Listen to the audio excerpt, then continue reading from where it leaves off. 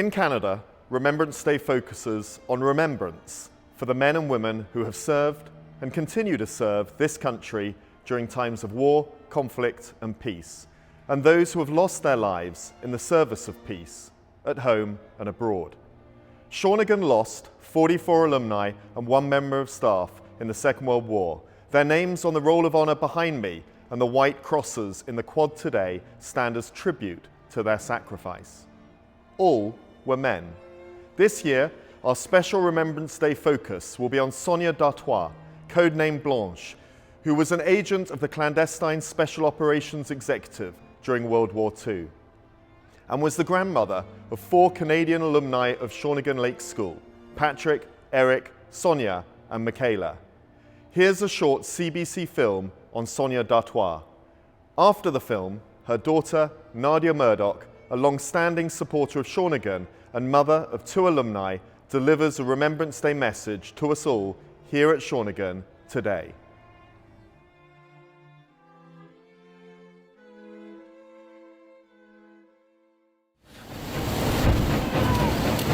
In those moments suspended between sky and war, even in such numbers and mixed in with the courage, there would have been moments of private anguish and countless lumps in the throat.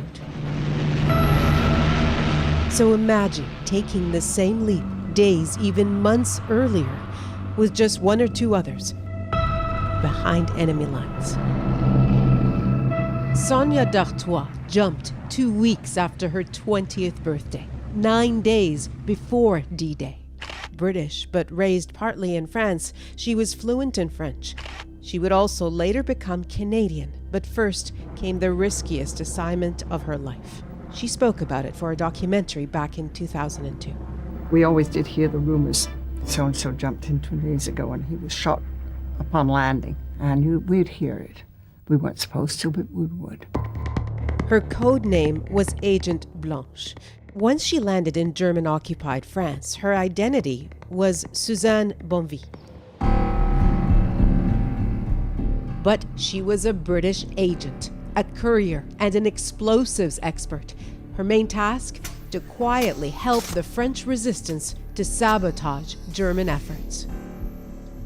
This was the job that we were there to do, and you just did the best you could. The reason for it was to harass the Germans and try and break up their lines of communication and their troop movements and just obstruct them as much as possible. She was one of the youngest of some 3,000 exceptional women who became agents of the Special Operations Executive, only later memorialized, though they were integral to the Allied plan to win Europe's gravest war. The SOE was Winston Churchill's idea, meant to, quote, set Europe ablaze. And by 1944, thousands of agents were helping the resistance inside enemy territory. Headquarters in plain sight at Baker Street in the heart of London. Among its recruits, it soon became clear women were best suited for the task. Women could travel more freely, and they could be couriers, they could be radio officers, or indeed weapons officers, and this is what they did, and they were very courageous, but they could travel more easily in occupied France than men. Their exploits depicted in a 1947 film starring a real-life SOE agent, Jacqueline Nairn. It gives some sense of what Sonia d'Artois went through to prepare. She learned how to handle explosives. She learned how to make bombs. She learned how to blow up bridges. She learned how to do silent killing. She did 4 practice jumps, and then the final one was the parachuting into France. 75 years after she made that jump also marks 75 years since her wedding to one Guy d'Artois, a French-Canadian member of the SOE, whom she married just before they were deployed to France. She was a rabble-rouser. They were Nadia Murdoch's parents. This is the scarf that he wore. Her father, a war hero in his own right. Their superiors were concerned they'd give up secrets if they were captured and tortured in front of each other. So they were supposed to go on a mission together, And because they got married, they split them up. And my father was sent to one area of France and my mother a completely different area. They each did their part, and then D-Day came. And with the parachutes raining down on Normandy, they were no longer alone. Because we knew that the Allies had landed, we had a lot more confidence to do what we had to do. It was open warfare, and we managed to do quite a lot of damage. Never before had so many women been, so closely involved in one of the great operations of a major war, and their support for the D-Day landings in advance of them and after them was enormous. D'Artois was lucky to avoid capture, but she almost had her head shaved to mark her as a collaborator. She was saved by colleagues who vouched for her.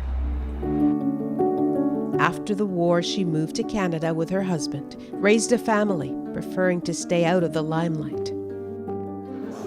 I've never seen it. That was taken right after. Yet 75 years later, back in France, she is front and center. The devil may care streak in her veins. That secret life now shared with all those who've come to remember. To see all this now, for her daughter, just overwhelming. It's very moving, it's very touching, and it's, we all feel so much pride, and it's emotional. It's a big moment for all of us. Yeah. Sonia d'Artois, the daring, gutsy agent that her family only knew as a loving mother and grandmother. Very humble and just soft and gentle. And I think that's really beautiful to be able to be both, to be very strong and very brave. But I think the most brave thing is to be able to be gentle and soft. I do think it's important to make the journey and to respect the past and the sacrifices of the past. On the beaches, where all those young men landed in her footsteps, her memory lives on. Nala Ayed, CBC News, Normandy, France.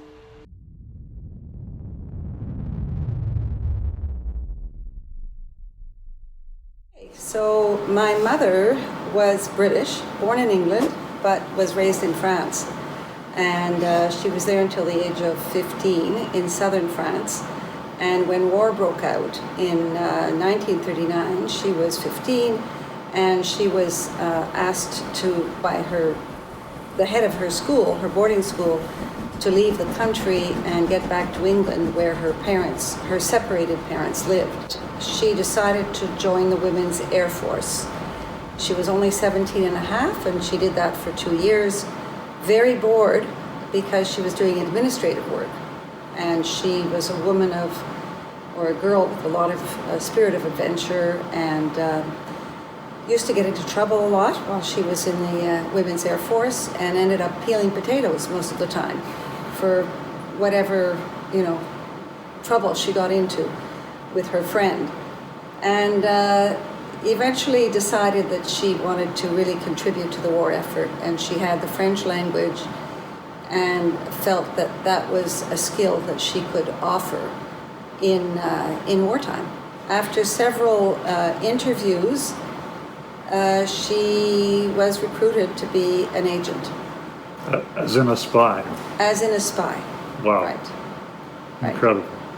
And what was she training for? What did the training involve? The training involved learning all about explosives, learning how to blow up trains. It also was involved in weaponry, knowing how to use guns and how to take them apart, how to put them back together, so that she could then teach recruits in France, young resistance workers, about all of that, which she did. And also combat, parachuting, and also how to break into people's houses without how to sort of tell if you're being followed or not. And being woken up in the middle of the night by the trainers to see if you would speak in French or English when you woke up. She did, just a little aside, she did tell me that there was a film made in the early 2000s called Charlotte Gray, based loosely on what these women do with Kate Blanchett. And my mother didn't like the film because she felt that it trivialized what these women, there were several women like her, what they did. My mother said, you know, we didn't wear lipstick, we didn't have lipstick. We did not have our hair done. I used to wash my hair, you know, every 2 weeks in a river with a bar of soap. Mm-hmm. So I can tell you that it wasn't glamorous, the way the movie portrayed them. This is what's fascinating to me about this story, and probably not something that'll, not a question for the interview, but I mean, it's just incredible that this was, even today, this story is not told in a way that would represent it with I think the level of respect that it deserves, because yes, exactly that, in Hollywood productions, they're glamorized, exactly, Hollywoodized. but this was almost trench style warfare, guerrilla style warfare, perhaps. Yes. It's incredible. You know, riding bikes, going into cafes in the town of Le Mans to speak to the German officers and the Gestapo and Gestapo, right, Bob? Yeah. Gestapo and try and get information from them. You know, when one time she walked into a cafe with her bag, which had a .45 Colt revolver, very heavy. We have it actually, and she dropped her purse right next to the German officer, who was very sort of polite and wanted to pick it up for her, and she was very close. She was very nervous. She grabbed it before he had time to pick it up, because he would have asked, "Why is your bag so heavy?" Wow. So many close calls like that. Yeah, literally putting her life on the line in the midst of a world war. That's right. That's incredible. That's at right. age 20. Age 20. So 2 generations separating an agent of the British Empire, Churchill's Secret Service, parachuted into France, soon after emigrated to Canada, and the family roots go that close to Shawnigan. That's right. I think the unusual part of this particular story, because there are many agents who survived, many who didn't, is that both my parents were agents, and both of them survived, and both of them lived to tell the tale. So I don't think there are too many couples that survived. Right. So on Remembrance Day, what would you encourage Shawnigan students to take from this story? I've always felt that we all have something in us when we are called to do something. And I think it's important to honor that. And, we don't know how we would react in a similar situation. And my mother always said, when she was asked, she'd say, "You would have done the same thing had you had the same skills or had you had something to offer." And she felt very strongly about that. And I think that I believe that too. And we don't know how we would react, and we have to, follow what our instincts tell us. And if we have something to give, we go for it. Inspiring stuff.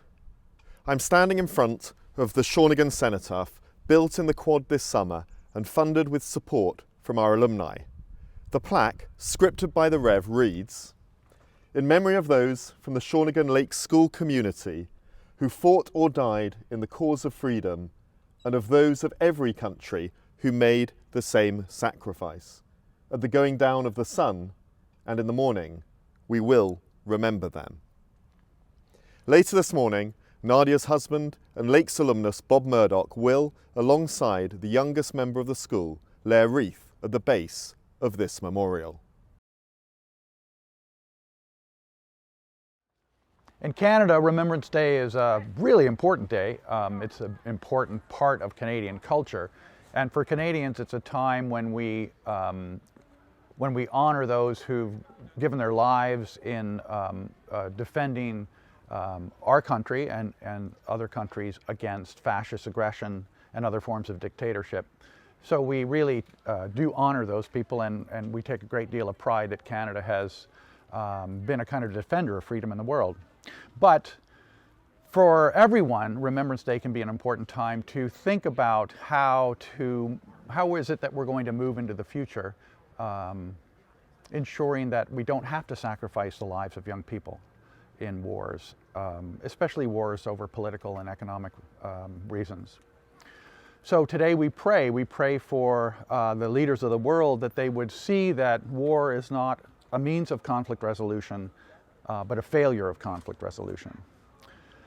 And we pray for ourselves that we would see people from other countries not as enemies to be feared, but as brothers and sisters to be understood. And we pray that we might be peacemakers, peacemakers in our own lives, in our own communities, among our own family and friends. So have a wonderful and meaningful Remembrance Day.